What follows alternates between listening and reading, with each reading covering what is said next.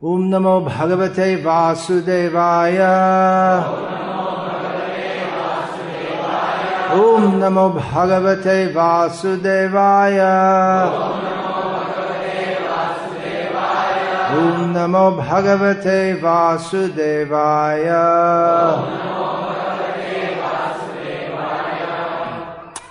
Srila Prabhupada often said, don't be foolish.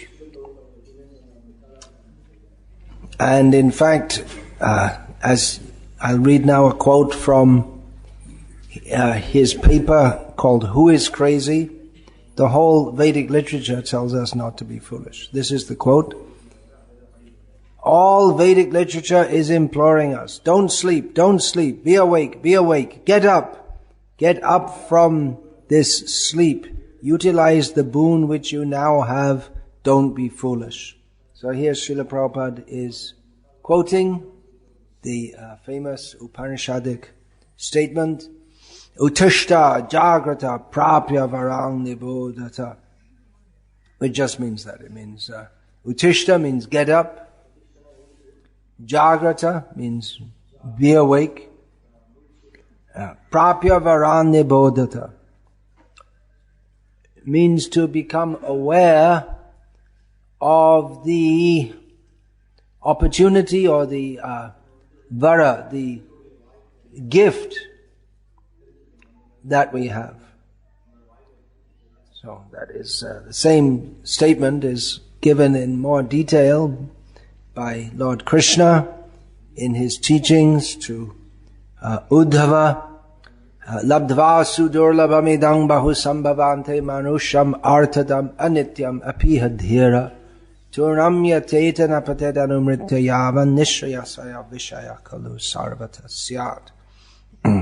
He tells Uddhava that this human form of life is attained after many births.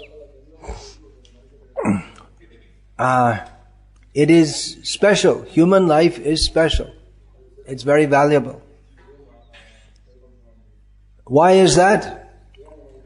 Because that is not directly stated here, but this we have to understand that this verse is spoken within the context of a broad, very wide teachings of Krishna to Uddhava about the position of the living being in the material world and how he should get out of this material world. So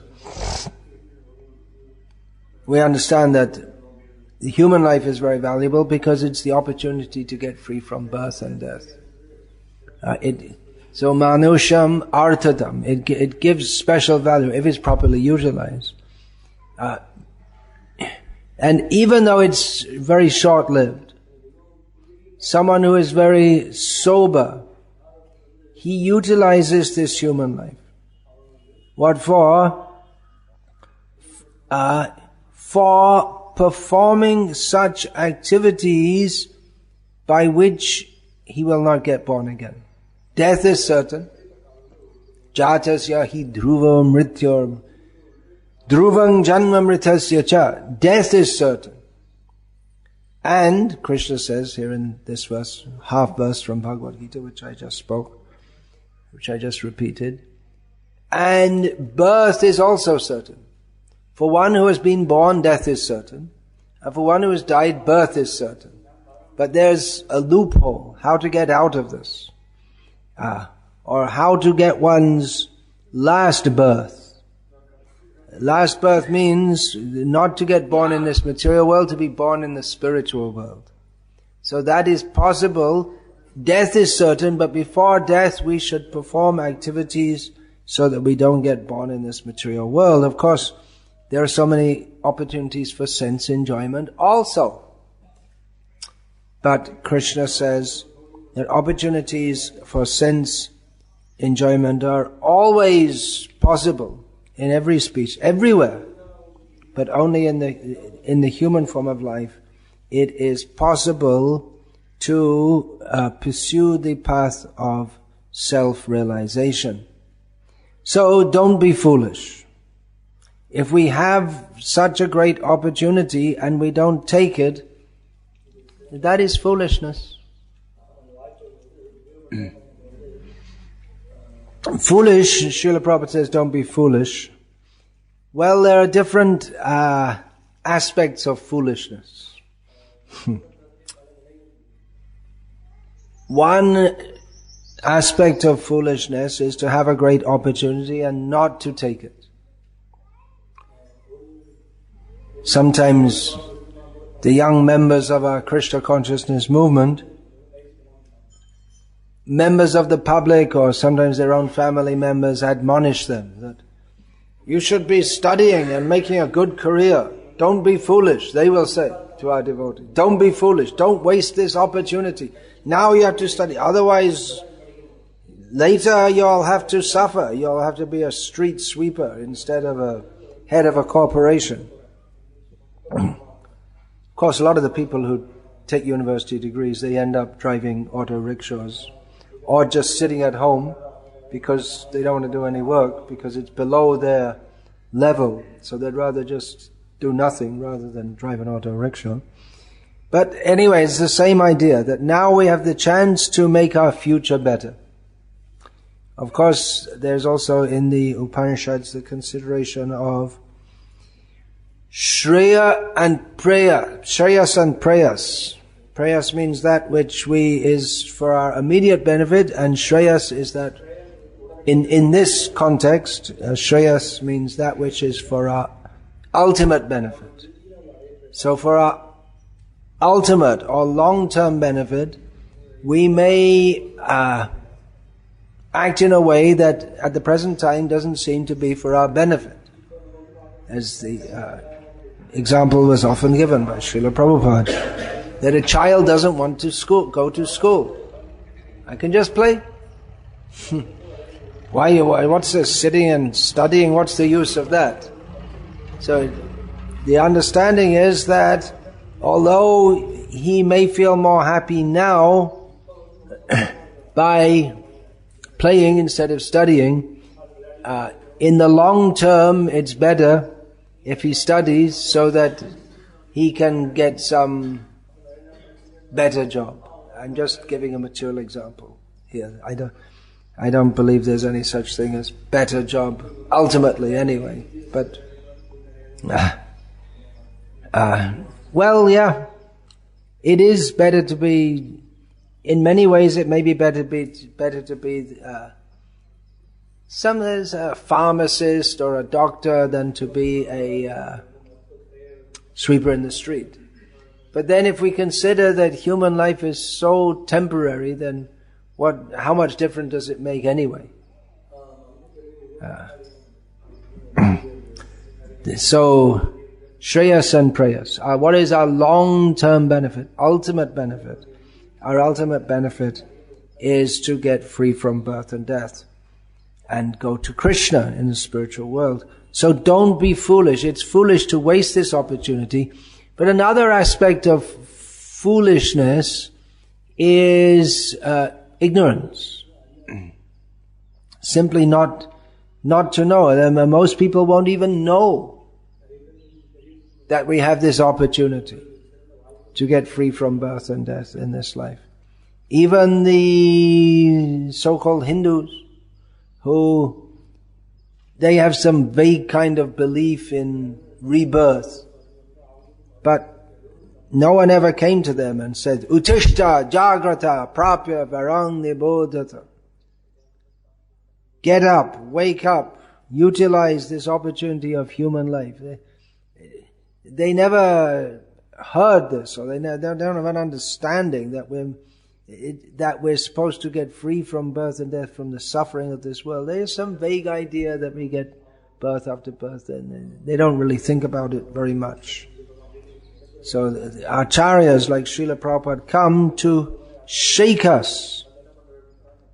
Usually not literally, but Srila Prabhupada's words were so powerful that many people felt like physically shaken.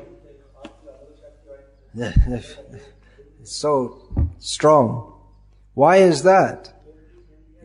Because we need shaking out of our foolishness. So ignorance, that's another kind of foolishness. We may say the child is foolish. In the Bhagavatam, in the 10th canto, the verse refers to the mriga as mudha, the deers as mudha, foolish. And that's translated as the foolish deer. Foolish means they're animals, in this sense. They don't know.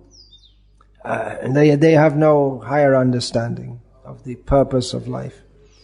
So ignorance. To be ignorant means we're also foolish. So Krishna comes to teach us Bhagavad Gita and show his attractive pastimes and to show his attractive self, so everyone will be attracted to him. And the first teaching, here Prabhupada says all Vedic literature is imploring us. So Krishna himself, he is the object of all Vedic knowledge. He is the speaker of Vedic knowledge. So Krishna in Bhagavad Gita, he is instructing and imploring. Do you know what imploring means? It means very strongly requesting, but it's requesting from the heart. Please, please, please. Just so like this, imploring. Srila Prabhupada is in another quote from a lecture on Bhagavad Gita. Again, don't be foolish. Dehino, the proprietor of the body is Brahman, the spirit soul. Try to understand it. Don't be foolish to accept this body as I am. This is dog's, cat's philosophy. This is not Brahmana's philosophy. The Brahmana's philosophy is that I am not this body, I am spirit soul. Aham Brahmasmi.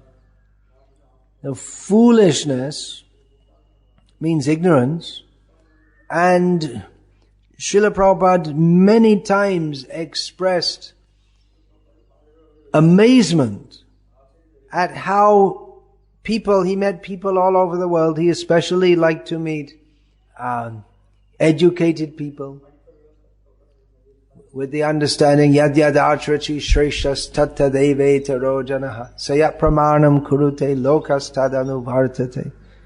That common people follow the leaders of society. So Srila Prabhupada, he met with all kinds of people, but he especially liked to discuss with more educated people, with the idea that if the more educated people can understand this Krishna consciousness, then others will also like to do so. The Srila Prabhupada often expressed amazement that people, in spite of being so educated and in many ways very intelligent, very insightful, that they don't know that we are not the body and that we go from body to body to body. And even if it's explained to them, they don't understand. They have some blockage to understanding. A matter which Srila Prabhupada often pointed out, even an illiterate farmer in India understands. The big philosopher and scholar in the Western countries, they don't understand. Once Srila Prabhupada, on his morning walk in Vrindavan, he was out with his disciples, and one peasant working in the fields saw Srila Prabhupada coming, and he ran across the fields to offer obeisance at the lotus feet of Srila Prabhupada. And Srila Prabhupada said, you see, this man is uneducated. In those days it was presumed that a farmer was uneducated. Nowadays everyone's got education of some sort. He's not educated, but he knows more of what needs to be known than the big professors in the Western world. Why is he coming and offering obeisances? He knows that I am born in my present situation due to my previous karmas. And I should offer obeisance to the saintly person. So yeah, he knows that. Whereas the big professors, they don't know anything about offering obeisances to saintly persons or bowing down or any such thing. Of course, it's not that everyone in the West is is, even at that time, was completely foolish. Some people were less so. There was, in Germany, Srila Prabhupada met with one Professor Durkheim, who was a philosopher of sorts who accepted reincarnation and had many followers, and it's a very nice exchange. This man, he was like the guru of many people in Germany, and the devotees they were on a walk with Srila Prabhupada, talking with this Professor Durkheim, and they were just fascinated. They thought this is something wonderful. You see, this is Srila Prabhupada, the great sage, the representative of countless generations of great rishis and sadhus, and he's with this Professor Durkheim, also an elderly man and very wise man, and looked up to by, and they were all the young disciples, and they were watching in awe. But actually, the Durkheim, as he himself admitted, he said that he practically became the disciple of Prabhupada, because although Durkheim was, in terms of spiritual knowledge, he was far, far ahead of the average German or European, but he was far, far behind Srila Prabhupada. There are many instances like that. In Detroit, in the United States, two dignitaries of the Catholic Church came to meet Srila Prabhupada. One of them was quite a highly situated one, and they discussed, and Prabhupada, again, he was just clearly so much more spiritually knowledgeable than them, and then in the end gave them prasadam and books, and when they left they said, well, we feel, because they're all of Prabhupada disciples there, and they said, well, we feel like we've become your disciples also. So that's nice that they admitted that. So anyway, getting back to this point, and the same point Prabhupada was teaching to these people, trying to teach to them. Some of them had enough punya or whatever to understand and accept. The first basic point of spiritual knowledge, that we are not the body. This body is temporary. I am eternal. It's not a very difficult thing to understand. I'm not this collection of chemicals and blood and bones. I'm separate from this. Although at the present time I'm intimately connected, or appear to be intimately connected with it, actually I have no relationship, no real relationship. This body did not exist, and in future it will not exist, and I did exist and I will exist. Therefore I have no real relationship with this body whatsoever. So, not to understand this is foolish. To identify with this body is the beginning of all foolishness. Srila Prabhupada is saying, don't be foolish.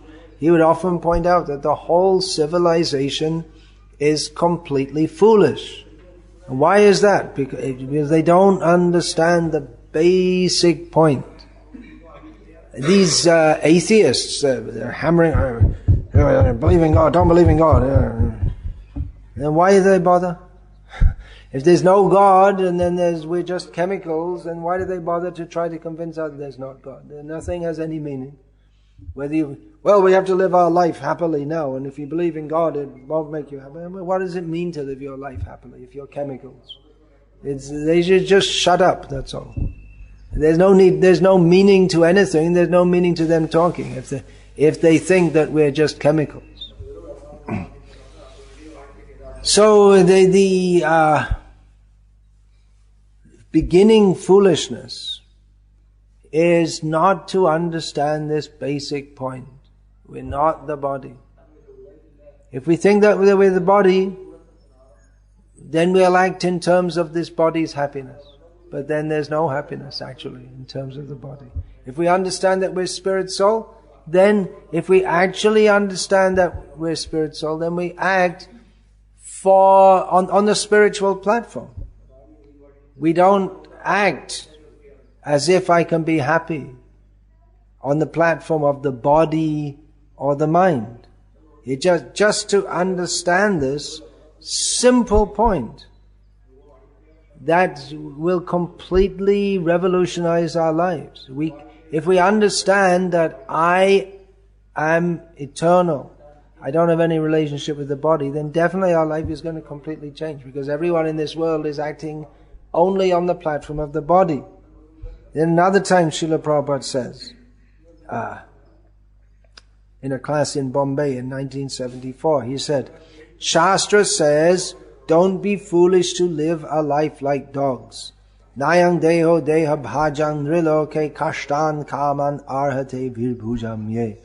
This is the description of foolishness, that having attained a human life, the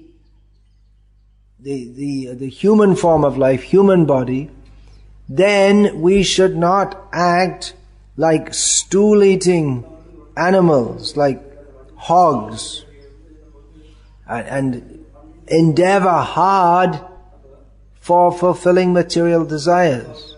So this is it's the same point, but it's come from the theoretical to the practical. Theoretical means we think I am the body. And practical means we make all endeavors for sense gratification. But that is foolishness. Actually, if we want sense gratification, then it's better to be in the body of a hog.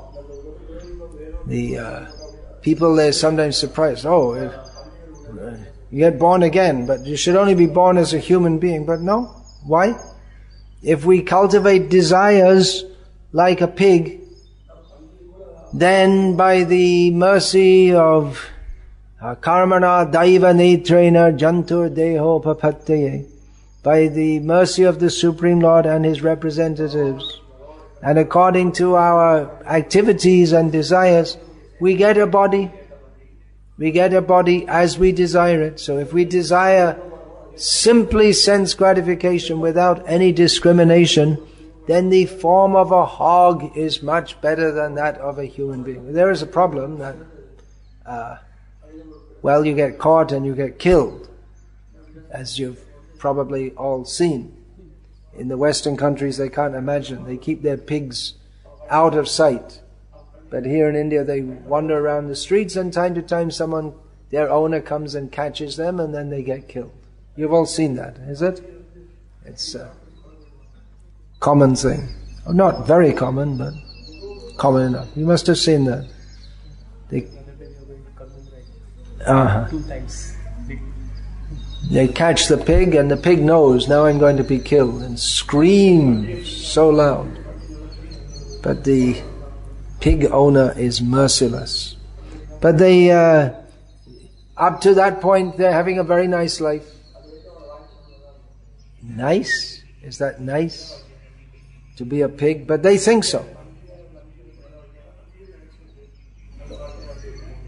So Shastra says, Nayang deho deha bhajan reloke. Don't be foolish. Having got this human form of life, we shouldn't act like a pig. A pig has no discrimination. What to eat? They like to eat stool, to have sex. The young pig will try to have sex with its mother. You may have seen that also. They'll be drinking the sow, that means female pig. Usually they lie down for the piglets to suck the milk. But I've seen standing up a little piglet, and then when they feel full up, they run round to the back of the mother and try to have sex, although they're too small. This is horrible. But humans in the modern age, they think, we're very advanced, so we should have more sense gratification. But advancements of civilization can be seen in restricting sense gratification for the sake of spiritual advancement. Not just, the injunction is not just negative, don't live like a pig, that's negative, but there's the positive also. Tapo divyam putraka yena sattvam shudyad yasmad brahma sokyam dvanantam. We should perform divine austerities. Tapo divya. Everyone's performing some austerity, going to work, just living in this Kali Yuga, everything's such a struggle. Yeah, so difficult life in the modern age. But that's not counted as tapasya. Tapasya means voluntarily undertaking difficulty for the sake of getting a better future. So in one sense you could say going to school is some kind of tapasya. But usually that means that one will take some austerity for the sake of some better future. In Dala Vidyanagar there used to be some hoardings. What is that? Tarp lagao, something like that. That do tapasya with the idea study the coaching courses. Come tarp lag jao. That coaching courses that we'll work you hard. We'll make you work. You come to our coaching course and we'll make you work hard. So do tapasya. So they gave this analogy. So generally the idea is to take some difficulty for the sake of some future benefit. And usually people do that for material gains, as did Hiranyakashipu most famously. And until recently in Hindu culture, it was a common thing that the women would fast at least one day a week or do some kind of tapasya to propitiate some demigod for the benefit of their husband. Those days, I presume, are gone. I don't know if women are doing anything for the benefit of their husband nowadays. But it was like that, even a short time ago. But that's material. Rishabh Dev, who Srila Prabhupada is quoting, he says, Tapo Divyam. We should perform divine austerities. That means those austerities which are meant to lead us out of this material world, ultimately to the lotus feet of Krishna. Tapo Divyam Putraka, he's speaking to his 100 sons. Tapo Divyam Putrakam Yena Sattvam Shuddhyad Yasmat Brahma Sokyam Tunanta. That will lead us to the position of Shuddha Sattva, beyond this material world, material qualities, to the spiritual position of unlimited, unending spiritual bliss. That is possible. By taking a little difficulty in this life, we can be saved from all difficulty in future and enter into eternal bliss with Krishna in the spiritual world. So not to do this is foolish.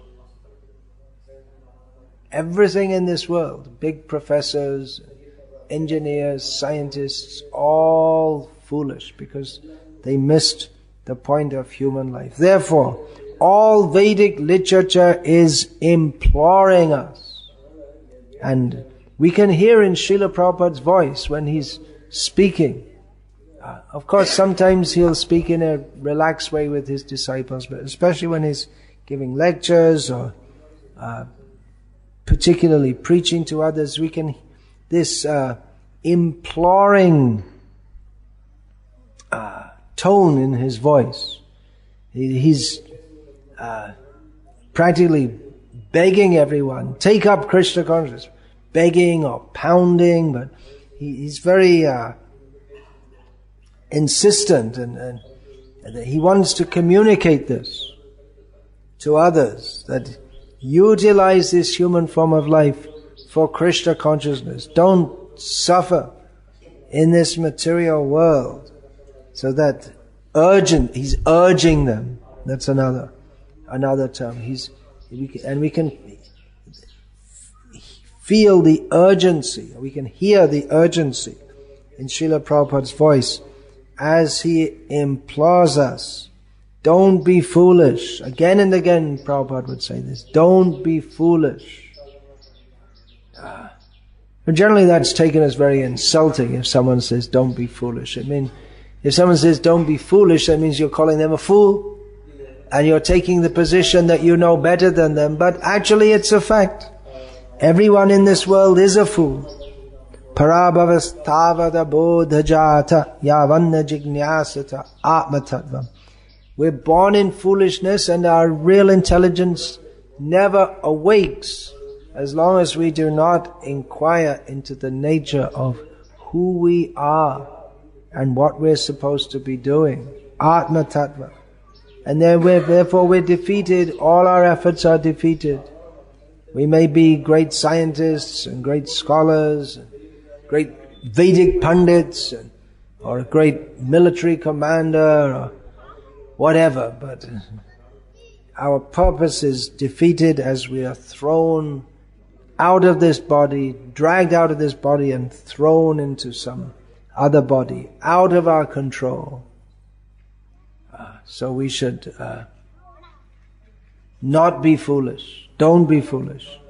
And it's the duty of the members of the Krishna conscious movement who have been blessed by the mercy of Krishna through the agency of Srila Prabhupada to distribute this knowledge to save others from their own foolishness. We're distributing these books. Srila Prabhupada once asked his disciples, why are we distributing these books? Of course, Srila Prabhupada knew the answer, but he wanted to see if his disciples knew the answer. And then one of them gave the right answer, for giving knowledge. So foolish means not to have knowledge. That's one meaning of foolish. Another meaning of foolish is if you have knowledge and you still do the wrong thing. You still act against your own self-interest. But at least if we give these books, then people can have the knowledge of how to properly utilize their life. Otherwise they don't know. They just don't know. They may think, well, I'm a Hindu and we believe in reincarnation, but they don't know. Where do they get their knowledge? Well, no one's giving proper knowledge of this. So this distribution of books, that is the Srila Prabhupada's books, that is the greatest service to human society. Far better than opening hospitals and mundane schools. And people think, oh, it's very great service to do this. But it doesn't actually help people. They have to get born again. They go to hospital, or they go to a school, but that doesn't save them from birth and death. They go to a school, they get all the wrong kind of education. But if we give them a book, Srila Prabhupada said, if they read one line, one word, they will be benefited. And practically we can see in every line of Srila Prabhupada's books that there's more knowledge than in all the books you study at school put together. More real knowledge of what we really need to know. And you're experiencing that also as you're going out for book distribution, that you feel very happy to do so. Is it not? You feel very happy. Why is that? Why do we feel happy? What is the happiness? The happiness means that Krishna is pleased. And when Krishna is pleased with us, then we become pleased. And we become happy seeing that people who didn't have this knowledge, they have now got this knowledge. It's the best opportunity they had in maybe millions of births. If they can take this book, and if they follow it, then if they follow the instruction, then their life will be fully blessed.